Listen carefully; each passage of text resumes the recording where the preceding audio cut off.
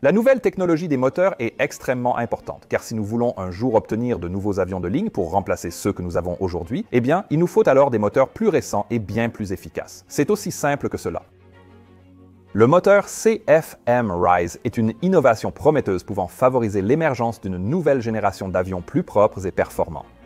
Aujourd'hui, je vais répondre à vos questions à ce sujet et expliquer pourquoi Boeing paraît désormais plus sceptique. Restez avec nous.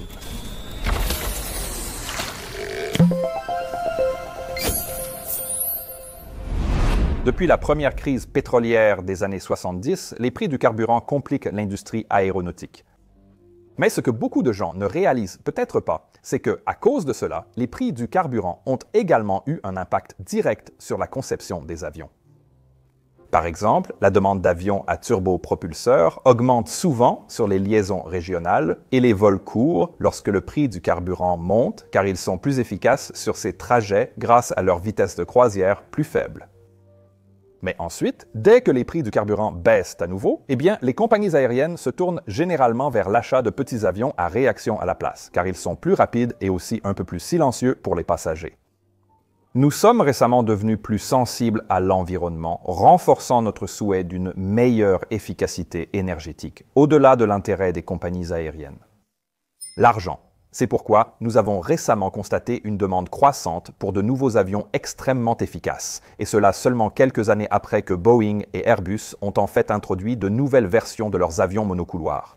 Déjà 14 à 15% plus efficaces que les générations précédentes. Comme je l'ai expliqué dans des vidéos précédentes, ni Boeing ni Airbus n'ont officiellement lancé de nouvel avion pour remplacer leurs avions monocouloirs les plus vendus, mais j'ai également souligné en même temps que les deux étudiaient quelque chose qui pourrait éventuellement remplir ce rôle. Airbus, par exemple, travaille sur un groupe de concepts sous le nom générique de Next Generation Single Aisles, ou NGSA, qui implique un certain nombre de nouvelles conceptions et technologies de fabrication. Et Boeing, de son côté, travaille avec la NASA sur leur projet appelé Transonic Thrust Braced Wing, ou TTBW, désormais officiellement connu sous le nom de X-66 Alpha. La NASA a nommé ainsi l'avion d'essai que Boeing construira pour ce projet, basé sur un ancien MD-90, qui devrait commencer à voler dès 2028. Ces deux concepts cherchent donc à augmenter l'efficacité énergétique, notamment en améliorant la conception de la cellule, c'est-à-dire essentiellement toutes les parties de l'avion, à l'exception des moteurs. Il y a beaucoup à gagner grâce à l'accès récent à de nouveaux matériaux légers, ainsi qu'à des ailes à très grand allongement. Imaginez surtout des ailes de planeur. Je reviendrai bientôt sur ces cellules et leurs améliorations. Mais la réalité ici, c'est que la plus grande amélioration de l'efficacité énergétique des avions viendra toujours des moteurs. En gros, pour qu'une nouvelle génération de jets de passagers ait un réel intérêt, surtout pour les monocouloirs qui composent la majorité des flottes mondiales, il nous faut une nouvelle génération de moteurs plus efficaces. À quel type de moteur peut-on s'attendre? Eh bien, Pratt & Whitney dispose de sa famille de turboréacteurs à réducteur PW1000G, déjà disponibles en différentes tailles pour divers avions.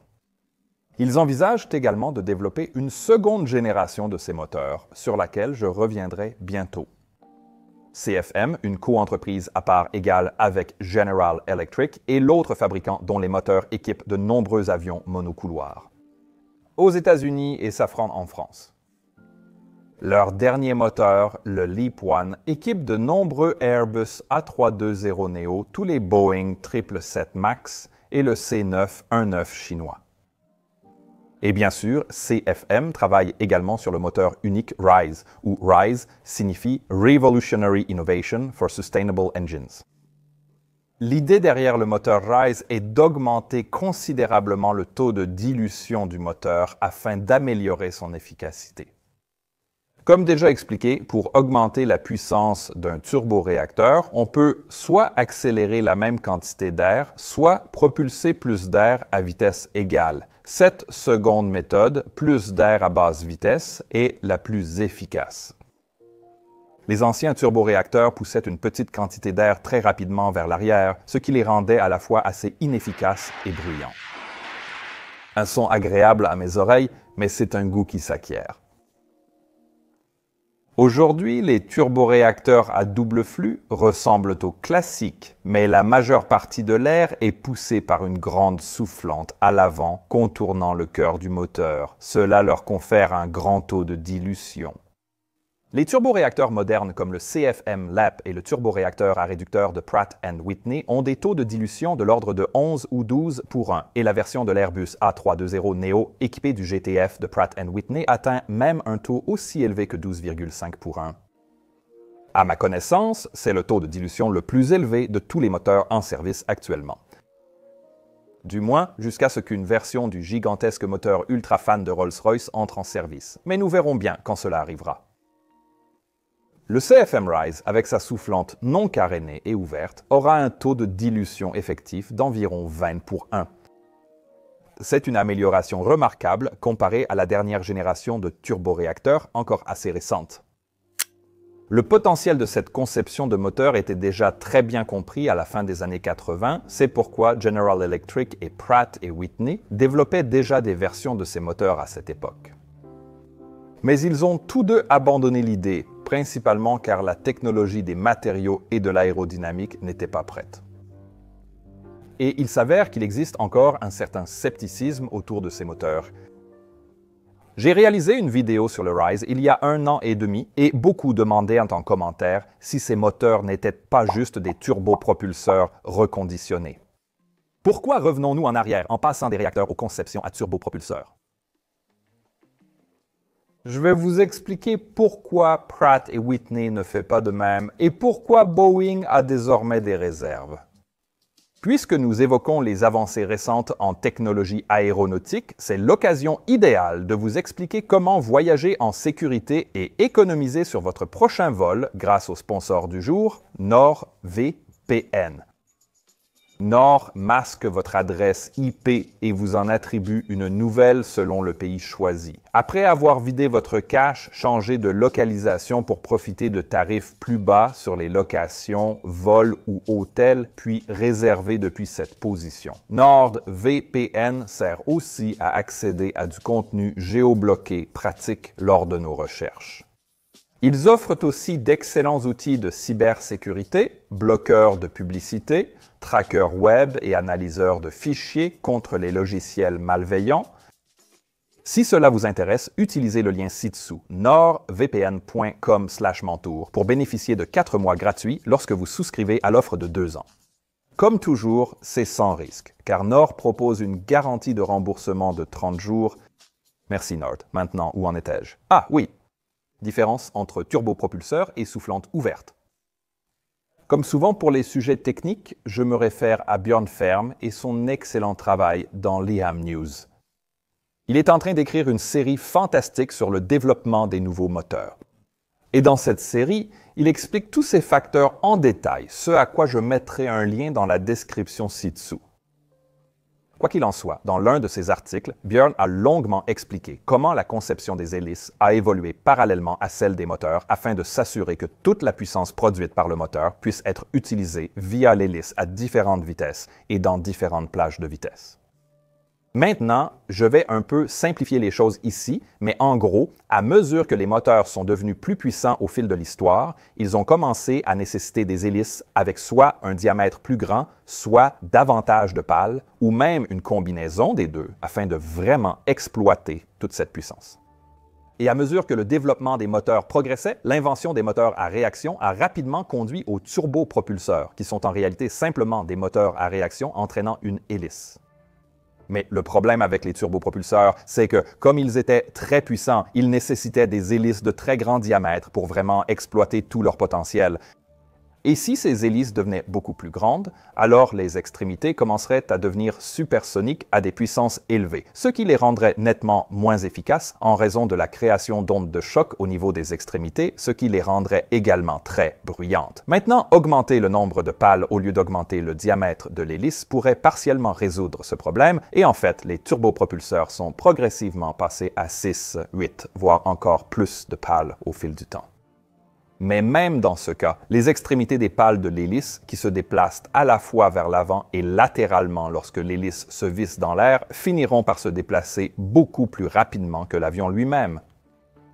Et cela signifie qu'un turbopropulseur volant à une vitesse aussi faible que Mach 0,6 pourrait en fait avoir les extrémités de ses hélices frôlant le Mach 1.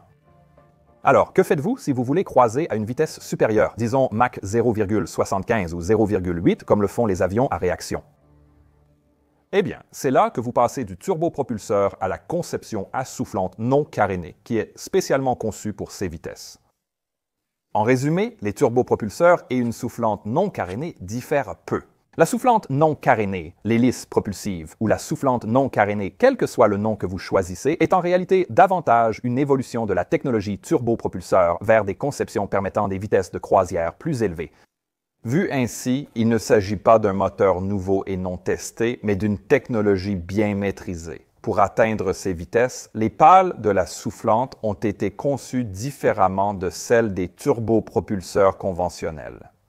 Elles sont donc légèrement inclinées vers l'arrière pour éviter un flux supersonique prématuré. Et l'autre chose qui doit être faite, c'est qu'ils doivent aussi faire tourner ces pales plus lentement. Le ventilateur tourne plus lentement que les autres composants du turboréacteur grâce à un réducteur à engrenage. En d'autres termes, un réducteur. Ce n'est pas un problème majeur puisque nous avons déjà des turbopropulseurs équipés de tels systèmes de réduction et il existe également de nombreux turboréacteurs avec des soufflantes à réducteurs. Comme son nom l'indique, le GTF de Pratt & Whitney pour Geared Turbofan est le plus récent de ces moteurs à être entré en service. En réalité, ces moteurs existent depuis les années 1960-1970, bien que plus petits à l'époque. Au début, il a fallu du temps pour que leurs boîtes de vitesse soient assez solides et fiables pour supporter la poussée des avions de ligne. Mais cela soulève une question. Si le dernier constructeur à avoir fabriqué un turboréacteur à engrenage est Pratt & Whitney, alors pourquoi n'utilisent-ils pas la même technologie pour concevoir leur propre moteur OpenFan? Ils avaient déjà tenté il y a 30 ans avec le Pratt & Whitney Allison 578 Delta X-Ray. Pourquoi ne pas réessayer maintenant alors que de nouveaux matériaux et des boîtes de vitesse plus fiables sont disponibles? Je dois maintenant expliquer pourquoi les turboréacteurs modernes emploient des systèmes de réduction pour ralentir leurs fans avant. Petit avertissement, on va devenir technique ici. Gardez à l'esprit qu'un système de réduction ou une boîte de vitesse adaptée à un fan doit normalement être assez lourd, car il doit aussi être suffisamment solide pour supporter beaucoup de poussée. Rappelez-vous que dans les turboréacteurs à fort taux de dilution, la majeure partie de la poussée provient du fan, qui entraîne le moteur et l'avion vers l'avant via son arbre et la boîte de vitesse.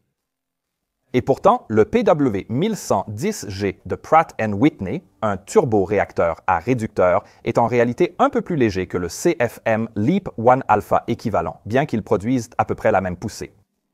Comment est-ce possible alors que le moteur LEAP n'a pas de boîte de vitesse, contrairement au Pratt & Whitney? Eh bien, il s'avère qu'avoir une grosse boîte de vitesse lourde signifie que beaucoup d'autres pièces du moteur peuvent être simplifiées et donc allégées, beaucoup plus légères. Tous les moteurs à réaction moderne fonctionnent avec des exigences contradictoires pour optimiser leur efficacité. Comme mentionné plus tôt, le ventilateur avant doit tourner lentement pour une efficacité et un bruit réduit, tandis que d'autres parties du moteur à réaction doivent tourner bien plus vite. La turbine, par exemple, située près de l'arrière du moteur et entraînée par les gaz d'échappement du réacteur, gagne en efficacité avec la vitesse. Et c'est l'étage de turbine basse pression qui entraîne le ventilateur à l'avant via un arbre. Vous voyez le problème? Sans la boîte de vitesse entre ces parties, les concepteurs de moteurs devaient trouver comment ralentir suffisamment la turbine basse pression pour éviter que le ventilateur ne tourne trop vite, et ils l'ont généralement fait en ajoutant de plus en plus d'étages de turbine, leur donnant souvent des diamètres de plus en plus grands. Il en va de même pour le compresseur basse pression derrière le ventilateur. Il nécessite plus d'étages à vitesse réduite pour rester efficace. Installer une boîte de vitesse entre le ventilateur et le moteur permet à chaque partie de tourner à une vitesse optimale et de simplifier le moteur en réduisant le nombre total d'étages de turbine et de compression. Par exemple, le moteur CFM LEAP 1 Alpha a 3 étages de compresseur basse pression, 10 de compresseur haute pression, une chambre de combustion, 2 étages de turbine haute pression et 7 de turbine basse pression. Le turboréacteur Pratt & Whitney a 3 étages de compresseur basse pression et 8 étages de compresseur haute pression. Et ensuite, 2 étages de turbine haute pression et seulement 3 étages de turbine basse pression. Je vous avais dit que j'allais devenir un peu technique, n'est-ce pas? Ne vous inquiétez pas, ça ira tout seul à partir d'ici, mais si vous aimez ce genre de contenu, n'oubliez pas de cliquer sur « J'aime » et de vous abonner ci-dessous. Je vous attends.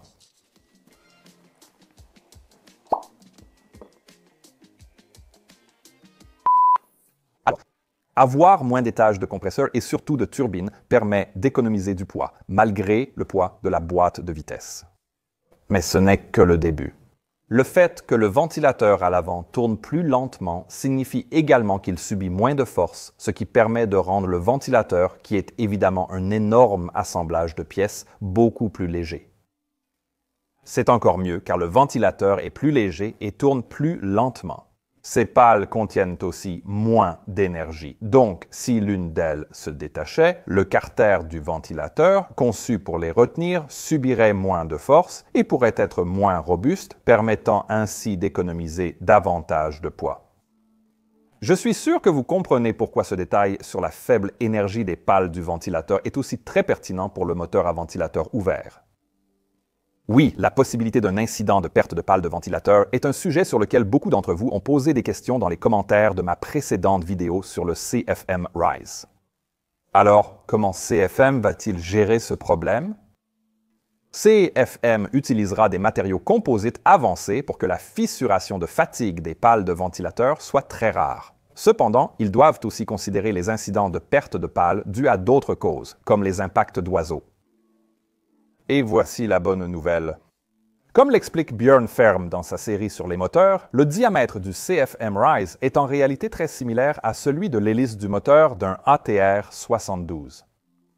Et grâce aux matériaux composites en carbone léger, les pales du ventilateur du moteur Rise ne seront pas plus lourdes que les pales de l'hélice du turbopropulseur. Et puisque la boîte de vitesse est présente, le régime du moteur Rise sera également similaire. Cela signifie que chacune des pales du ventilateur du Rise aura la même énergie, voire moins qu'une pale d'hélice sur un turbopropulseur classique.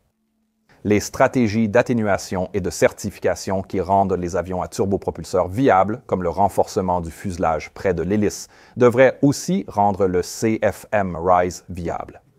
D'autres innovations, comme des composites frangibles pour les extrémités des pales, pourraient aider. Contrairement aux anciens concepts d'open fan, le moteur Rise n'a qu'un seul disque de ventilateur rotatif. Les pales arrière servent simplement à désorienter le flux d'air pour récupérer environ 5% d'efficacité. Quelles sont les réserves à propos de ces moteurs open fan? Pourquoi Pratt et Whitney n'en développent-ils pas? Et pourquoi Boeing reste-t-il sceptique? Eh bien, pour Pratt et Whitney, la réponse simple est qu'ils semblent croire que leur turboréacteur à réducteur a encore beaucoup de potentiel de développement. Une version améliorée, utilisant des matériaux avancés déjà employés par CFM dans certains moteurs, pourrait offrir une amélioration à 2 chiffres par rapport à l'actuel. Et ce moteur sera bien sûr un turboréacteur conventionnel en termes d'installation, tandis qu'en comparaison, le moteur Rise, du moins dans la forme que nous avons vue jusqu'à présent, représente clairement une rupture avec l'apparence d'un moteur à réaction typique. Et ce n'est pas qu'une question d'esthétique. Comme je l'ai expliqué dans des vidéos précédentes, le grand diamètre du CFM Rise aura des conséquences sur la façon dont il pourra être monté sur les avions. CFM a proposé plusieurs options différentes, mais le fait est que les avions devront probablement être conçus spécifiquement en tenant compte de ce moteur, et cela signifie que l'utilisation de ces moteurs entraînera probablement une légère pénalité de poids. Pour Airbus, ils envisagent sans doute une conception à aile basse, souvent plus légère car la boîte d'aile et le train d'atterrissage sont regroupés. Le concept d'Airbus Vue présente aussi une aile courbée façon aile de mouette, sans doute pour éviter que les soufflantes des moteurs ne touchent le sol. L'ajout de cette courbure à l'aile augmentera légèrement le poids, ce qui réduira un peu l'efficacité supplémentaire du moteur Rise par rapport à un turboréacteur à engrenage en raison d'une cellule plus lourde. De plus, même avec une pale de soufflante cassée peu énergétique, les autorités exigeront probablement un renforcement du fuselage, entraînant un surpoids. L'ensemble de ces facteurs constitue le poids d'installation qu'on cherche généralement à minimiser. Qu'en est-il de Boeing? Pourquoi s'inquiète-t-il? Eh bien, ce qui est intéressant avec eux, c'est que leur démonstrateur d'aile à renfort de poussée transsonique possède déjà une configuration d'aile haute, ce qui, comme je l'ai mentionné, entraîne une pénalité de poids en soi par rapport à une conception à aile basse, mais la très grande allongement supplémentaire de son aile devrait compenser cela. En théorie, un moteur de grand diamètre comme le CFM Rise ne devrait pas entraîner de coûts supplémentaires pour Boeing concernant les poids d'installation additionnels. Mais cela suppose que Boeing voit encore l'aile à renfort de poussée transsonique comme la principale option pour son futur avion. Et s'il reconsidère le moteur Rise, comme le pense Aviation Week, alors peut-être qu'il revoit aussi la configuration de l'avion, ce que je pense personnellement très probable, car j'aimerais vraiment voir quelle quantité de vent de travers cet appareil pourra encaisser. Autre considération opérationnelle intéressante sur le moteur Rise. Selon des sources, Boeing a également exprimé des inquiétudes concernant le fait que les grandes hélices du moteur Rise pourraient provoquer des différences aérodynamiques entre le flux du moteur gauche et celui du moteur droit, puisque le désaxage n'est pas totalement parfait, mais personnellement, j'ai un peu de mal à y croire. Après discussion avec Bjorn, il me semble plus probable que le flux d'air du moteur Rise interfère avec les haubans de l'aile, générant une traînée d'interférences et réduisant ainsi l'efficacité comparée à une conception classique à conduit. Enfin, Aviation Week indique aussi que Boeing prévoit de proposer son prochain avion avec plusieurs options de moteur, une première pour le 737. Contrairement à Airbus, qui offre 2 moteurs pour la famille A320neo Boeing, ne propose des choix de moteurs que pour les gros porteurs comme le 787 ou pour d'anciens modèles comme le 767 et le 757. Si Boeing veut 2 moteurs différents pour le prochain avion, le CFM Rise pourrait être difficile à justifier, surtout si l'autre choix est un turboréacteur conventionnel à double flux. Cela s'explique car la version turboréacteur utiliserait la même cellule que celle à moteur Rise, subissant donc des pénalités de poids inutiles. Cela dit, CFM a également déclaré que le moteur Rise est un programme de développement qui inclut plusieurs technologies au-delà du seul design à soufflante ouverte. Cela comprend le ventilateur à engrenage, le cœur de moteur miniaturisé et l'usage accru de matériaux avancés à haute température. Toutes ces innovations seront intégrées aux futurs moteurs de l'entreprise, même sans un design aussi radical que le Rise. Alors, qu'en pensez-vous? Voudriez-vous voyager sur une compagnie aérienne équipée des moteurs CFM Rise? Et pensez-vous que le prochain avion de Boeing en sera doté? Faites-le moi savoir dans les commentaires ci-dessous. Maintenant, pensez à me soutenir en soutenant mes sponsors ou en m'aidant directement en rejoignant mon incroyable équipe sur Patreon. Il sera bientôt temps pour un autre rendez-vous sur Zoom et j'aimerais beaucoup vous y voir la prochaine fois. Passez une journée absolument fantastique où que vous soyez et on se retrouve la prochaine fois également. Au revoir.